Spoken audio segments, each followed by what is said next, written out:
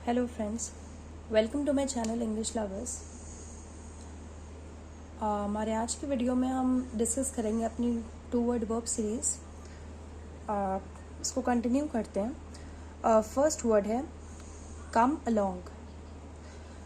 Come along का क्या meaning होता है? कम अलोंग का मतलब होता है प्रगति करना। प्रगति करना एज एन किसी भी चीज़ का जैसे प्रोग्रेस करना, कि कोई चीज़ किस तरह से अच्छी होती जा रही है। जैसे कि how is your book coming along, मतलब तुम्हारी बुक जो है उसका किस तरह का प्रोग्रेस है, उसके बारे में इस सेंटेंस में के थ्रू एक्सप्लेन किया जा रहा है। ठीक है, नेक्स्ट देख लेते हैं कम बाय। कम बाय का क्या मीनिंग होता है? कम बाय का मीनिंग होता है प्राप्त करना। जैसे कोई चीज़ किसी को मिलती है। Initially he was not doing very well, मतलब स्टार्टिंग में, शुरुआत में ही मतलब कोई आदमी की बात हो रही है। He was not doing very well, initially उसका काम नहीं सही से हो रहा था, but now he has come by a fantastic contact. मतलब स्टार्टिंग में उसका काम नहीं हो रहा था सही से, लेकिन बाद में उसको एक अच्छा फैंटास्टिक कॉन्ट्रैक्ट मिल गया। ही हैज़ कम बाय मतलब उसे मिल गया को अगर आप बोलोगे प्राप्त करना, तो उसको इंग्लिश में उसकी इंग्लिश होगी कम बाय। कम बाय को हिंदी में कहना जैसे कि कोई चीज़ मिलना या प्राप्त होना। ठीक है, इंग्लिश व हिंदी इन चीज़ों को देखते रहेंगे तो उससे डे टू डे कम्युनिकेशन के वर्ड्स इसमें काफ़ी क्लियर हो जाएंगे टू वर्ड वर्ब्स के थ्रू, के टू वर्ड वर्ब्स का किस तरह से यूज़ है। नेक्स्ट देख लेते हैं कम इनटू। कम इनटू का क्या मीनिंग होता है? कम इनटू मीन्स विरासत में मिलना। कम बाय जैसे कोई चीज़ प्राप्त होना, कहीं से भी प्राप्त हो सकती है, लेकिन कम इनटू अगर कहेंगे तो वो चीज़ विरासत में मिलना, मतलब थ्रू योर एंसेस्टर्स। आपकी कोई एंसेस्ट्रल प्रॉपर्टी है या कोई दादा परदादा की है तो उसको बोलेंगे विरासत में मिलने को। तो विरासत में मिलने को कहेंगे कम इनटू। सेंटेंस के थ्रू समझते हैं। He will come into the estate on his father's death. He will come, किसी आदमी की बात हो रही है कि he will come into the estate, मतलब कम इनटू यहाँ पे विरासत की बात हो। विरासत, कोई चीज़ आपको एंसेस्ट्रल मिल रही है तो उसको बोला जाता है विरासत हिंदी में। The estate on his father's death, मतलब उसकी फादर की डेथ के बाद उसको विरासत में कोई चीज़ मिल रही है। इसको इंग्लिश में कहेंगे he has come into his father's estate. ठीक है, नेक्स्ट देख लेते हैं कम ऑफ। कम ऑफ का क्या मतलब होता है? नतीजा निकालना किसी चीज़ का हो सकता है, जैसे कि nothing came of his proposal. Nothing मतलब कुछ भी हाथ नहीं आया ऑफ हिज प्रपोजल, मतलब इसका जो भी प्रपोजल था, जो भी प्रस्ताव था, उसका कोई नतीजा नहीं निकला। नतीजा निकालने को बोलेंगे हम कम ऑफ। कम ऑफ का यूज़ होता है हिंदी में बोलना नतीजा निकालना किसी भी चीज़ का। नेक्स्ट देखते हैं कम ऑफ, वहाँ पे सिंगल ऑफ था, यहाँ पे come off is double off, switch off जैसे। तो कम ऑफ कहेंगे तो घटित होना कोई भी चीज़। When does the concert come off, concert की यहाँ पे बात हो रही है, शो जैसे होता है, शो कॉन्सर्ट होती हैं, तो वो कब होगा, कोई शो जो है वो कब होगा, कॉन्सर्ट कब होगी, किसी चीज़ को आपको बोलना है कब होना है कोई काम, तो उसको कहा जाएगा कम ऑफ और डबल ऑफ। ओके, नेक्स्ट देखते हैं come out.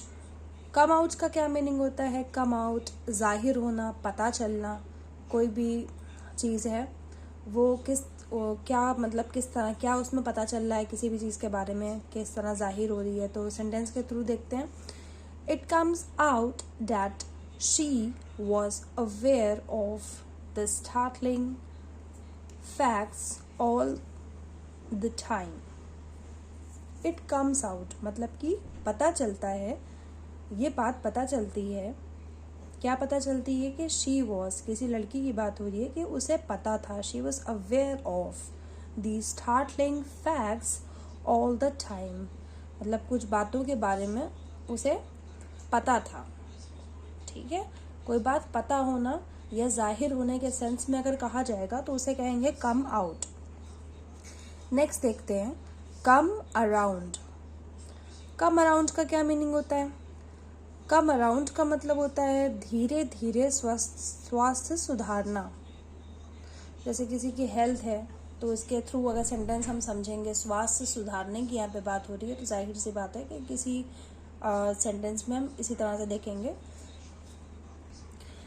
My friend was seriously ill, मतलब मेरी दोस्त was seriously ill, मेरी दोस्त काफ़ी ज़्यादा मतलब बहुत ज़्यादा उसकी तबीयत ख़राब थी। seriously ill कहेंगे, काफ़ी ज़्यादा उसकी तबीयत ख़राब थी क्योंकि यहाँ was है। for some days, काफ़ी दिनों से उसकी काफ़ी तबीयत ख़राब थी मेरी एक दोस्त की। but is now coming round.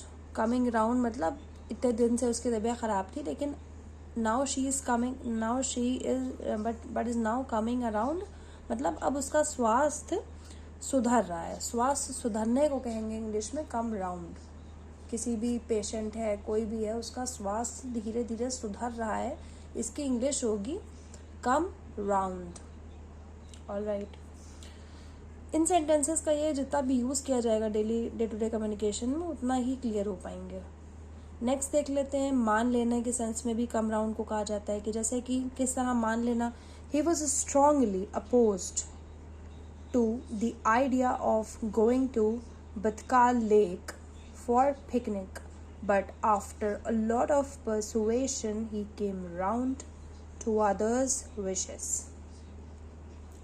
He was strongly मतलब he was strongly opposed to, मतलब he was कोई आदमी था, strongly मतलब बहुत ज़्यादा वो खिलाफ था। किस बात के खिलाफ था? to the idea of going to Batkal lake. Batkal lake एक लेक का नाम है, वहाँ जाने के इरादे से वो खिलाफ था पिकनिक के लिए। But after a lot of persuasion, मतलब किसी ने उसे बहुत ज़्यादा मनाया कि हाँ चलो वहाँ पे हमें चलना चाहिए, तो बहुत ज़्यादा उसको मनाया गया, परसुएशन कहते हैं मनाने को। ही केम राउंड, फिर क्या हुआ? उसने मान लिया। He came round to others wishes, मतलब दूसरों की बात को, दूसरों की तमन्नाएं जो भी थी, विशेस थी, उसको उसने मान लिया। Come round, came round. ठीक है, केम यहाँ पे पास्ट का यूज़ है तो केम हो जाएगा। ठीक है, इस तरह से हम प्रेजेंट पास्ट को भी साथ में देखते चलते हैं, वर्ब्स का किस तरह से यूज़ है। नेक्स्ट देख लेते हैं come through.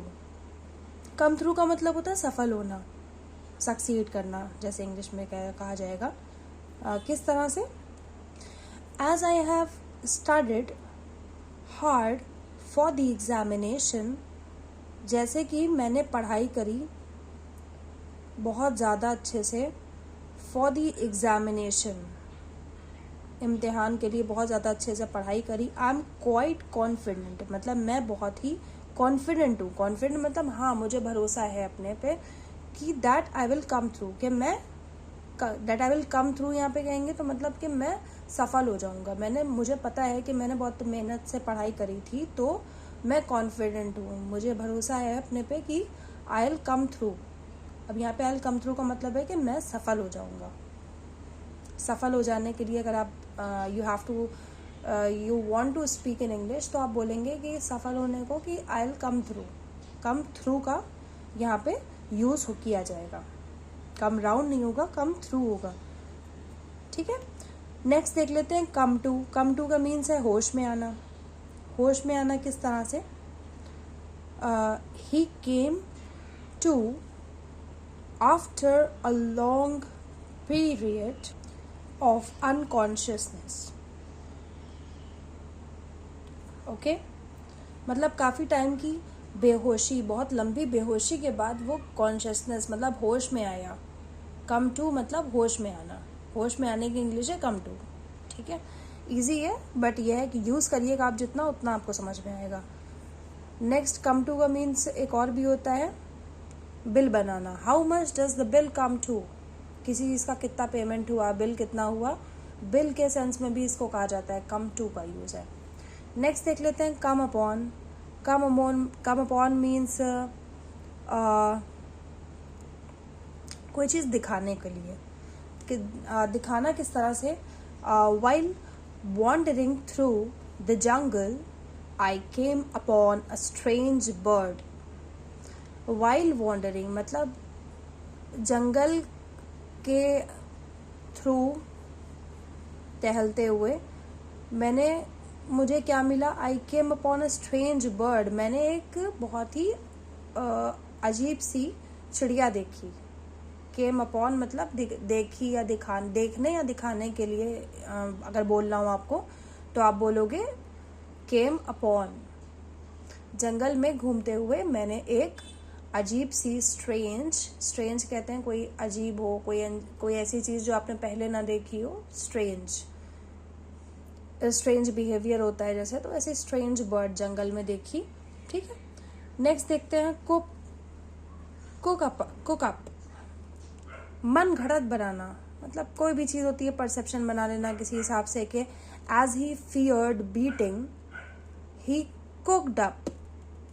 As he feared मतलब उसे डर था कि उसकी पिटाई ना हो जाए, बीटिंग मतलब उसके डर था कि उसे पिटाई ना हो जाए, तो उस लड़के या उस लड़के ने क्या किया, ही कुकड अप, उसने मनगढ़ंत एक स्टोरी बना ली, टू एक्सप्लेन हिज एब्सेंस। जैसे छोटे बच्चे होते हैं उन्हें पिटाई से बचना होता है तो वो लोग क्या कर लेते हैं, वो एक मनगढ़ंत स्टोरी बना लेते हैं, जैसे कि मैम मेरे पेट में दर्द हो रहा था, मैंने इसलिए काम नहीं किया। ठीक है, कुकअप मनगढ़ंत बनाना मतलब कोई भी अपने दिमाग में बना लेना, कोई भी चीज़ को कोई भी बहाना बना देना, तो उसको कुकअप बोल देते हैं। ठीक है, इजी है बट इस तरह से भी सीख सकते हैं। नेक्स्ट देखते हैं कोरेस्पॉन्ड टू मतलब समान दिखाना। कैसे, the bird's wing corresponds to the man's arm. Correspond to समान मतलब किसी की तरह कोई चीज़ दिखाई देने को कहेंगे कोरेस्पॉन्ड टू। ठीक है, नेक्स्ट देखते हैं क्राई आउट। क्राई आउट मतलब चिल्लाना, बहुत अचानक से कोई चिल्ला दे तो उसको बोलेंगे cry out. Cry out in pen हो सकता है, cry out with any of the emotions, जैसे कि she cried out for help मतलब वो मदद के लिए चिल्लाई। When she saw a car speeding towards her child मतलब किसी औरत की बात हो रही है कि वो मदद के लिए चिल्लाई जैसे ही उसने देखा है एक बहुत तेज कार उसके बच्चे की तरफ आ रही थी। ठीक है, पास्ट टेंस है क्योंकि यहाँ पे सी नहीं है, सॉ है। ठीक है, प्रेजेंट पास्ट का भी साथ में ध्यान रखते चलते हैं सेंटेंसेस के थ्रू, इंग्लिश टू हिंदी भी देखते चलते हैं। ठीक है, काउंट इन का क्या मतलब होता है, समाविष्ट करना। किस तरह से, if you are planning to make a trip to Shimla you can count me in.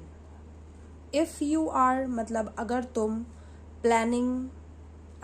Plan कर रहे हो मतलब जैसे कि अगर तुम इस बारे में अपना एक स्ट्रैटेजी बना रहे हो, सोच रहे हो, to make a trip to Shimla जाने के बारे में सोच रहे हो, तो you can count me in, तो तुम मुझे भी उस चीज़ में इन्वॉल्व कर सकते हो, समावेश कर सकते हो, मतलब हाँ मुझे भी उसमें लेके चल सकते हो। काउंट इन मतलब अपने आप को भी किसी चीज़ में इंक्लूड कर देने को कहेंगे काउंट इन मतलब किसी चीज़ में अपने को भी इन्वॉल्व करवा देना। ठीक है, नेक्स्ट देखते हैं काउंट ऑन का मतलब क्या होगा, भरोसा रखना। किस तरह से, you can always count on my help.